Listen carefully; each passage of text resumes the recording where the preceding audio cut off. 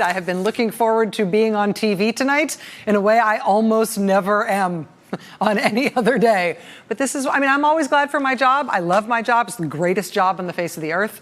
But boy, on a day like today, is it a privilege to be able to do this work and to be able to talk about what we have just seen as a country.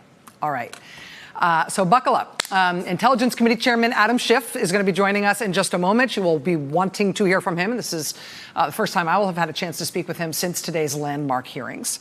But in order to sort of set the stage for talking with him, I want to start with the very basics. I want to start my favorite place to start, which is at the end. I want to start with the bottom line. I'd like to see if we can broaden the aperture at the end of the hearing. From your testimony today, I gather that you believe that knowingly accepting foreign assistance during a presidential campaign is an unethical thing to do. And a crime. And a crime. Circumstances, yes. And to the degree... And a crime given certain circumstances. And to the degree that it undermines our democracy and our institutions, we can agree that it's also unpatriotic. True. And wrong. True. Knowingly accepting foreign assistance during a presidential campaign is a crime in certain circumstances, according to Special Counsel Robert Mueller. It's a crime in certain circumstances. It is unpatriotic. It is wrong. It is unethical. And, you know, coming from a person who said repeatedly today that he was blocked by Justice Department policy from bringing an indictment against the president, even if he had wanted to, you know, maybe that rings a little hollow for him to say, yeah, that might have been a crime. Maybe it is, you know, just interesting, just dismaying to hear the actions of the President of the United States described as unpatriotic and unethical and wrong. Like maybe that's just a bummer, you know, like maybe that's a terrible thing to hear about your country and its leader. Except Special Counsel Mueller made clear today under close questioning that there is more to it than that. The need to act in an ethical manner is not just a moral one, but when people act unethically, it also exposes them to compromise, particularly in dealing with foreign powers. Is that true? True. Because when someone acts unethically in connection with a foreign partner, that foreign partner can later expose their wrongdoing and extort them. True. And that conduct, that unethical conduct, can be of a financial nature if you have a financial motive or an illicit business dealing. Am I right? Yes. Yes. If you have behaved in an unethical, unpatriotic, wrong, potentially criminal manner when it comes to another country, that's not just gross. That's not just a dismaying thing that somebody might say about you. If you have done that, it means that you are compromised by that foreign power. They can use what they know about you. They can expose your wrongdoing and extort you. You're compromised. And if somebody associated with a presidential campaign is compromised by a foreign power, that just doesn't compromise that person. That puts our country at risk of being compromised by a foreign power. I mean, even if it's not the presidential candidate himself, but especially if it is. In the case of Michael Flynn, he was secretly doing business with Turkey, correct? Yes. And that could open him up to compromise that financial relationship. I presume. He also lied about his discussions with the Russian ambassador.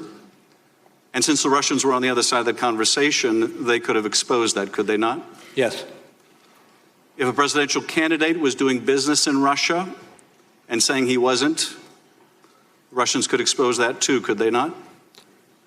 I leave that to you. I want to look more closely, sir, at the Trump campaign chairman, Paul Manafort. Your investigation, sir, found a number of troubling contacts between Mr. Manafort and Russian individuals during and after the campaign. Is that right, sir? Correct. Correct. Manafort also met several times with a man named Konstantin Kilimnik, who the FBI assessed to have ties with Russian intel agencies. Is that right, sir? Correct. In fact, Mr. Manafort didn't just meet with him. He shared private Trump campaign polling information with this man linked to Russian intelligence. Is that right, sir? That is correct. And in turn, the information was shared with a Russian oligarch tied to Vladimir Putin. Is that right, sir? Allegedly. Director Mueller, meeting with him wasn't enough. Sharing internal polling information wasn't enough. Mr. Manafort went so far as to offer this Russian oligarch tied to Putin a private briefing on the campaign. Is that right, sir? Yes, sir. And finally, Mr. Manafort also discussed internal campaign strategy on 4 battleground states, Michigan, Wisconsin, Pennsylvania, and Minnesota, with the Russian intelligence-linked individual. Did he not, sir? And that's reflected in the report. It's clear that he hoped to be paid back money he was owed by Russian or Ukrainian oligarchs in return for the passage of private campaign information, correct? That is true. Would you agree, sir, that Manafort's contacts with Russians close to Vladimir Putin and his efforts to exchange private information on Americans for money left him vulnerable to blackmail by the Russians? I think generally so, that would be the case. Several individuals associated with the Trump campaign were also trying to make money during the campaign and transition. Is that correct? That is true.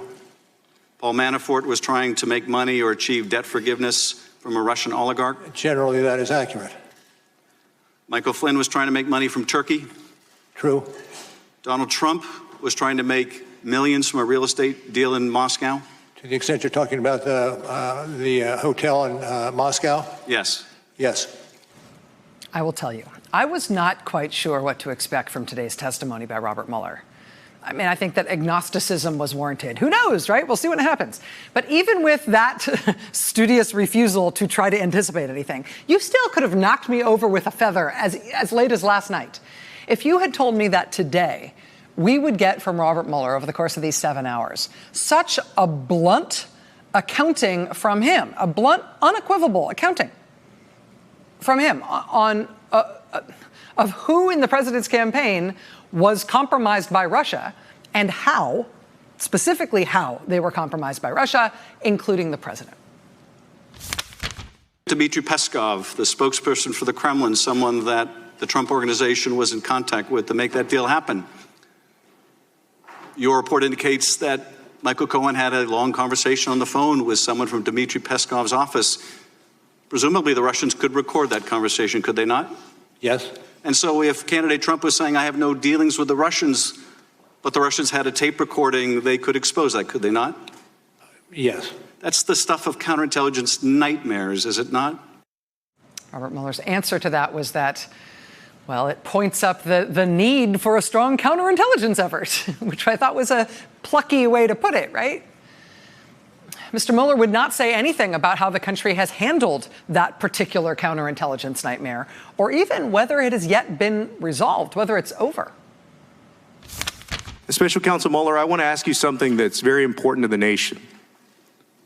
Did your investigation evaluate whether President Trump could be vulnerable to blackmail by the Russians because the Kremlin knew that Trump and his associates lied about connections to Russia related to the Trump Tower deal? I can't speak to that. He can't speak to that. Did your investigation evaluate whether Trump could be vulnerable to blackmail by the Russians? Because Trump and his associates were lying about that deal, and the Kremlin knew it. And as Adam Schiff put it, they might have tape recorded their conversations with the Trump organization about that deal that the president was lying about. They could have blackmailed him that way, right? Did you look into that? I cannot speak to that. So we'll take that as a maybe, right? A lot happened at this historic testimony today. Special counsel Robert Mueller definitely seemed older than his 74 years. He seemed less on top of matters, I think, than anybody who has worked with him in the past appeared to have expected in terms of his appearance today. There had been the Justice Department threat ahead of today's testimony that Mueller shouldn't tread outside the bounds of his report, and he shouldn't talk about uncharged third parties, and he shouldn't talk about any decision-making processes. And he did reference those boundaries at times today, but he surely went outside them at times as well. And he did so in ways that, it seems to me, point these sort of neon big bright arrows toward what we couldn't and didn't get from him today that it now seems fairly imperative to chase down, given the unrelentingly dire descriptions he gave about the president's conduct and the conduct of the president's campaign and its ongoing implications for the country. It seems like they gave us two big directions today that feel imperative in terms of what we try to figure out next and the paths that we next follow to try to get to the bottom of this still open scandal. I mean, the first one is that Mueller's personal performance today, I think, puts a spotlight on the man who was sitting next to him and not speaking today, his deputy, Aaron Zebley. He's described now as the deputy special counsel. We're now told that he ran the day-to-day operations of the investigation and the rest of Mueller's staff. There was so much that Mueller seemed sort of detached from today, and he seemed to be, at times, taking it on trust. Certain things were in his report or not, whether or not he personally recalled those things. Because of that performance from Mueller today, I think that lights a fire under the need to speak to the people on his team who actually did the work. I mean, if Congress really does want more substantive and detailed answers from the people who actually did that work, it would seem like they would have to pursue conversations now and testimony now from Zebley and from the other members of Mueller's team, including those who were sitting behind him in the hearing room today, and those who we've seen involved in the various court cases, and those who we know were on his staff. So we will talk more about this later on over the course of this hour. But I think one of the outcomes of today's hearing is going to be a renewed interest by Congress in hearing from the people who were on Mueller's team and did the work beyond the sort of distant figurehead figure of Mueller himself, which was revealed today by what I think was his sort of surprising affect. The second thing that I think sort of comes out of today's hearing as an imperative, and I think we're already seeing come out of this hearing today, will be a renewed focus, at least by Democrats, on figuring out the money side of it, figuring out the financial side of it. Because all day long today, again, much to my surprise, Robert Mueller affirmed the money stuff. He affirmed the financial motives of the president and his closest advisors that led them all into compromising positions with Russia. But when it came to following those financial paths in his investigation, following the money, it seemed from Mueller today like maybe he and his team didn't do that. Other than Trump Tower Moscow, your report does not address or detail the president's financial ties or dealings with Russia, correct? Correct. Similarly, since it was outside your purview, your report does not address the question of whether Russian oligarchs engaged in money laundering through any of the president's businesses, correct? Correct. And of course, your office did not obtain the president's tax returns, which could otherwise show foreign financial sources, correct? Not to speak to that. I'm not going to speak to that. Special counsel says he's not going to speak to that.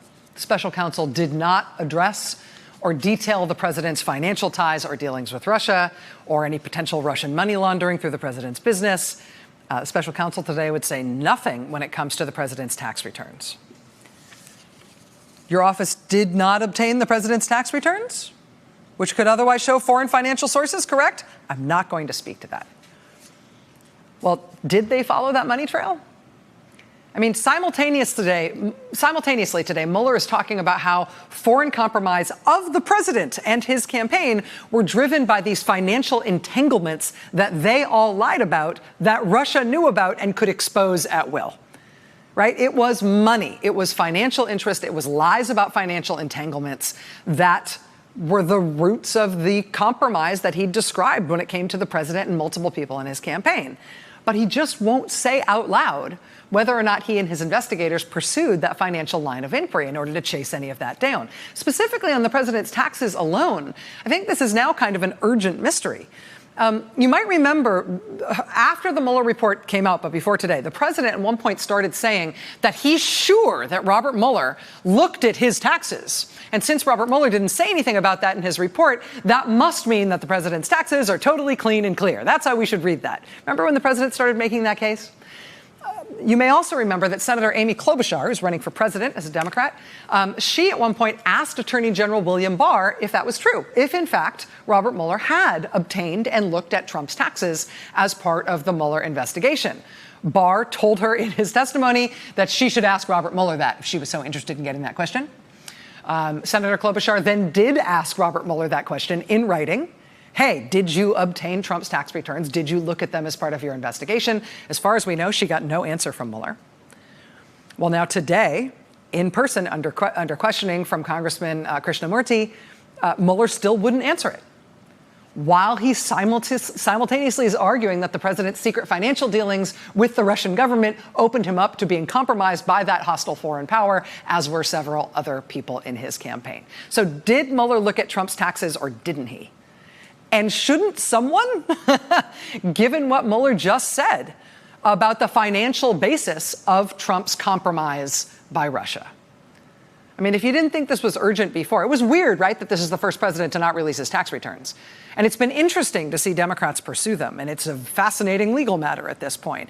But it's never been a more urgent matter than it is today, after Mueller directly linked the president's compromise by Russia to the foreign entanglements and the business pursuits that he secretly maintained concerning the government of Russia, that he lied about, that Russia knew about, and that Russia could expose at will. Now, given that new urgency around the president's taxes, I should tell you that literally 8 minutes after the close of the Mueller hearings today, 8 minutes after the second hearing was adjourned, the president filed an emergency writ in federal court to try to block his taxes from being released in New York State. An emergency writ 8 minutes after the hearing wrapped up. Nervous much? The other thing I think that nobody expected today from Robert Mueller was his blunt accusation, his blunt assessment of what the president did with regard to Russia when it came to them releasing the stolen material that they had hacked from the Democrats to try to benefit his campaign. If we could put up slide 6. This just came out, WikiLeaks. I love WikiLeaks. Donald Trump, October 10th, 2016. This WikiLeaks stuff is unbelievable. It tells you the inner heart. You got to read it. Donald Trump, October 12, 2016.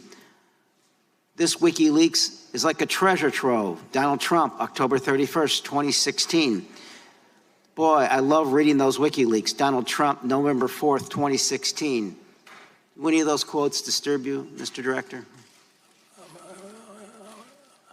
I'm not certain I would say.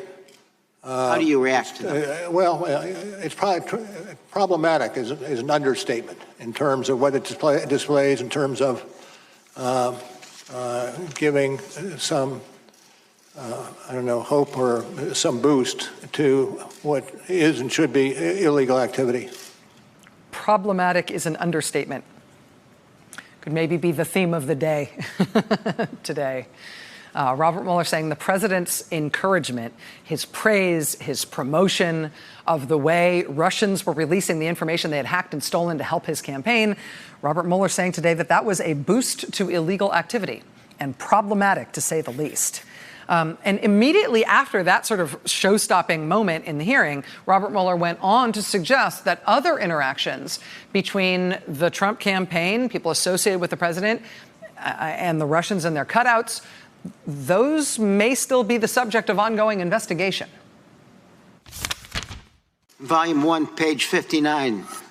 Donald Trump Jr. had direct electronic communications with WikiLeaks during the campaign period. On October 3rd, 2016, WikiLeaks sent another direct message to Trump Jr.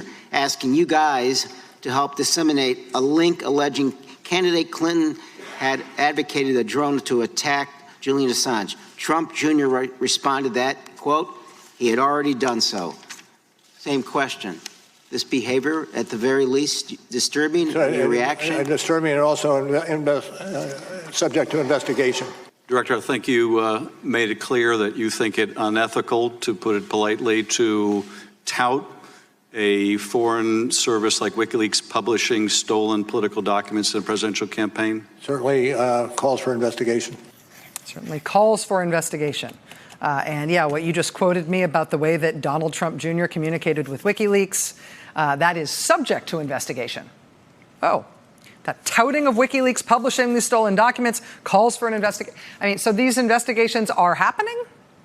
I mean, there is an indictment against Julian Assange and WikiLeaks, which relates to stuff that well precedes the 2016 presidential election and seems to have nothing to do with it. But this suggests that not just what WikiLeaks did, but also the president's son and his engagement with them is subject to investigation and calls for investigation, implying that it is under investigation. And by the way, while we're on the subject, there are other investigations still happening that Robert Mueller described for the first time publicly today. Here's the part in today's hearing where Trump National Security Advisor Mike Flynn swallowed his tongue. Individuals can be subject to blackmail if they lie about their interactions with foreign countries, correct? True. For example, you successfully charged former National Security Advisor Michael Flynn of lying to federal agents about his conversations with Russian officials, correct? Correct. Since it was outside the purview of your investigation, your report did not address how Flynn's false statements could pose a national security risk because the Russians knew the falsity of those statements, right?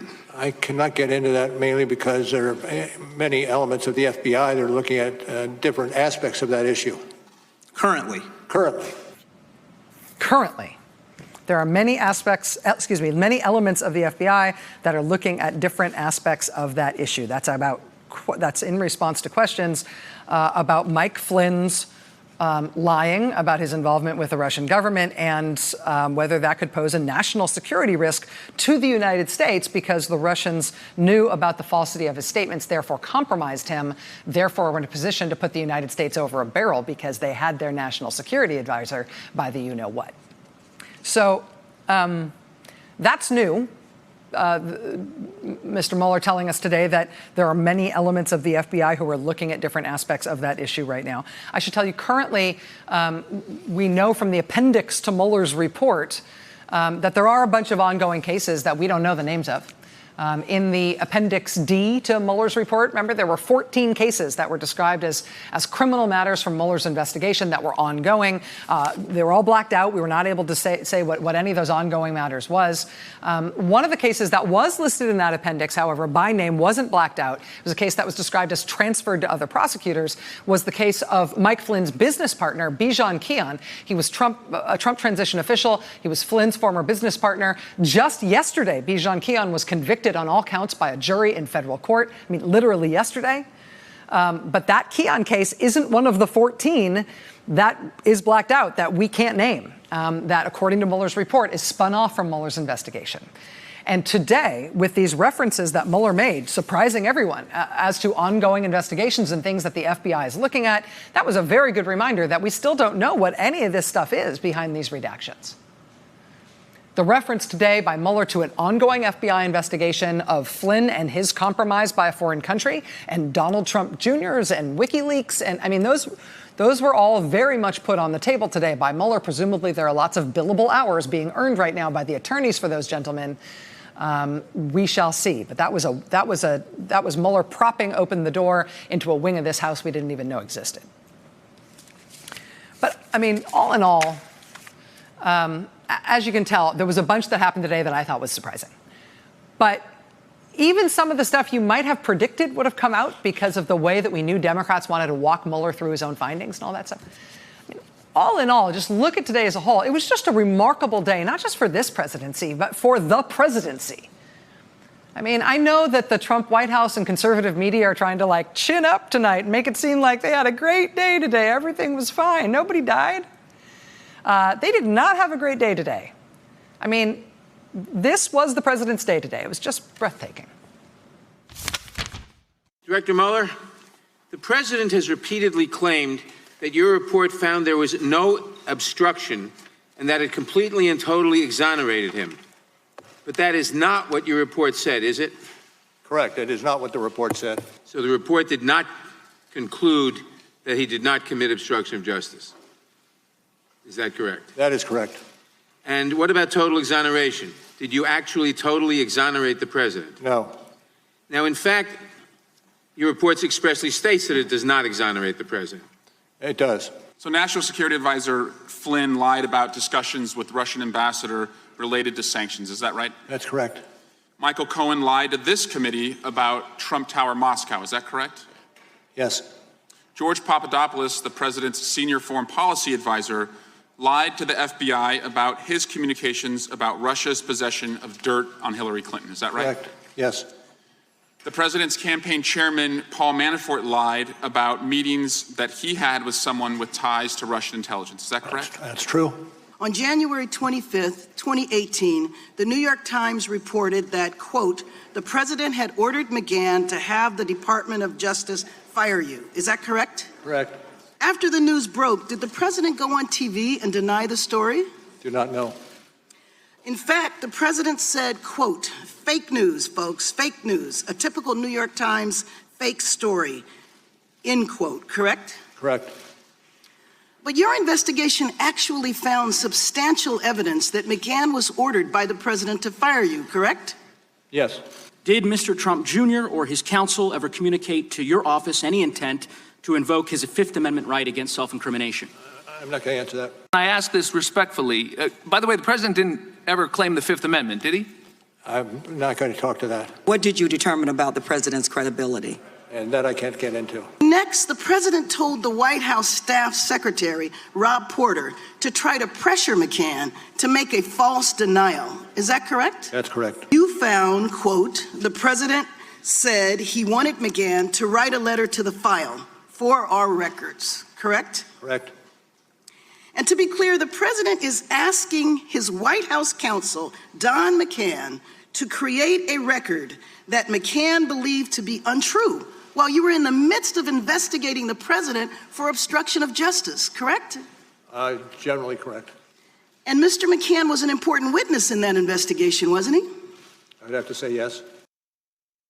From your testimony today, I gather that you believe that knowingly accepting foreign assistance during a presidential campaign is an unethical thing to do. And a crime. And a crime. And a crime, bottom line. I mean, that's what today was like for the President of the United States. That's what today was like for the presidency of the United States.